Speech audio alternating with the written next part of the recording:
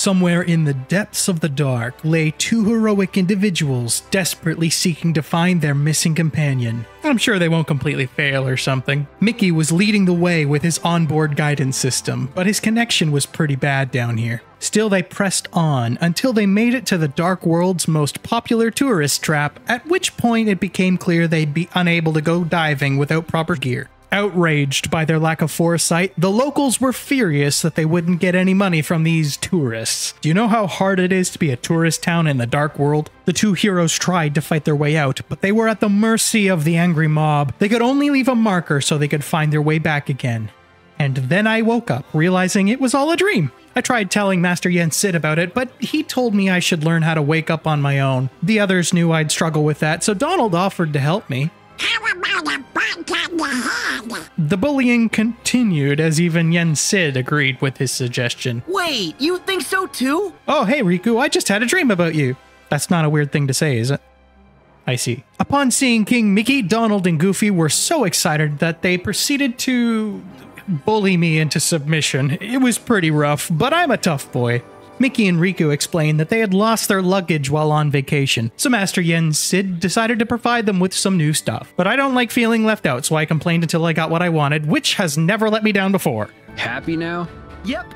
With that, Master sent us on our way with a quiet wish. May your heart be your guiding key. Yep, that does indeed sound like a Disney song. I put on my new clothes and gave myself a haircut. I wanted to spend the time relaxing, but I was interrupted with the continuation of... You know, I love this story, but I didn't realize I'd been watching cinematics for about 25 minutes so far. I just thought I'd share that little tidbit with you. Anyway, I got a phone call and Chip and Dale tried to tell me a bunch of stuff that sounded important. Then some other smart person began explaining about how exciting his graduate studies were now that I was his topic for his thesis. I mean, I am pretty cool, so I can understand why he'd want to write about me. Yeah, right. Then he told me that my memories were a bit messed up.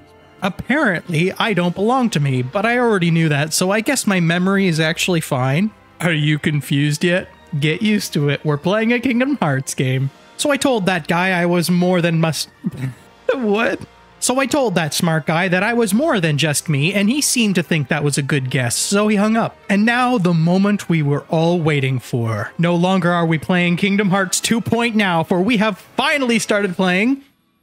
Nice, I wasn't lying this time. Alas, it was time to partake in everyone's favorite part of each mainline Kingdom Hearts game, the Gummi Ship sections. Now, there are a lot of things involved with this game's rendition of the mechanic, but for your sake, I'll simplify it down to one important thing. You see, there's a secret way to complete these sections that dramatically increases how much fun you have. The secret is editing. Look, we've arrived. Wasn't that fun? There's plenty more fun secrets to be had, and you can share in them when you like and subscribe for more. By the way, I don't actually dislike this game's Gummi Ship sections, but they kind of feel like filler to me. Let me know in the comments what you think about them. They seem to have a love-hate relationship with the Kingdom Hearts community. We finally made it to our next destination, the ever-beautiful Twilight Town.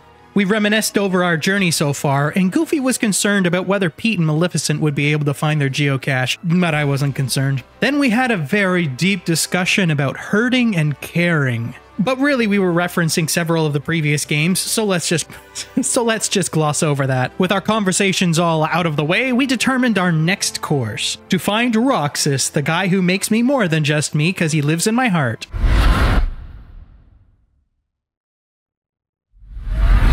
Huh? Well, that was weird. Feels like people keep talking in my head lately. Oh, it was a bunch of nobodies. The nobodies attacked us, so I thought real hard and summoned the most dangerous beast I could think of. It's called a Meow Wow.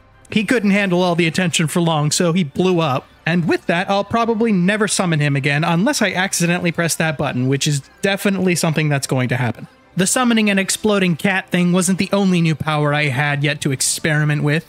You see, in Kingdom Hearts 3, the various Keyblades you get each have their own special function, and I just got a new one from my raid on Olympus. With my new shield in hand, I remember how Herc was always flying in on Pegasus and decided I wanted to do that too. So I turned my Keyblade turned shield into a Keyblade turned shield turned Pegasus pulling a chariot.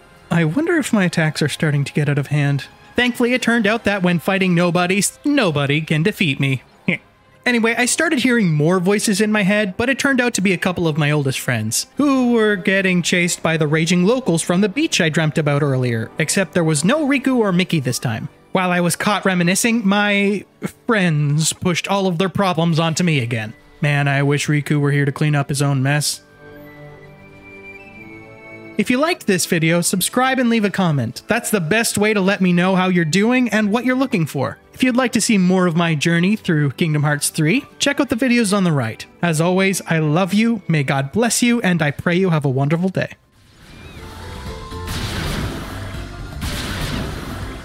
Hey!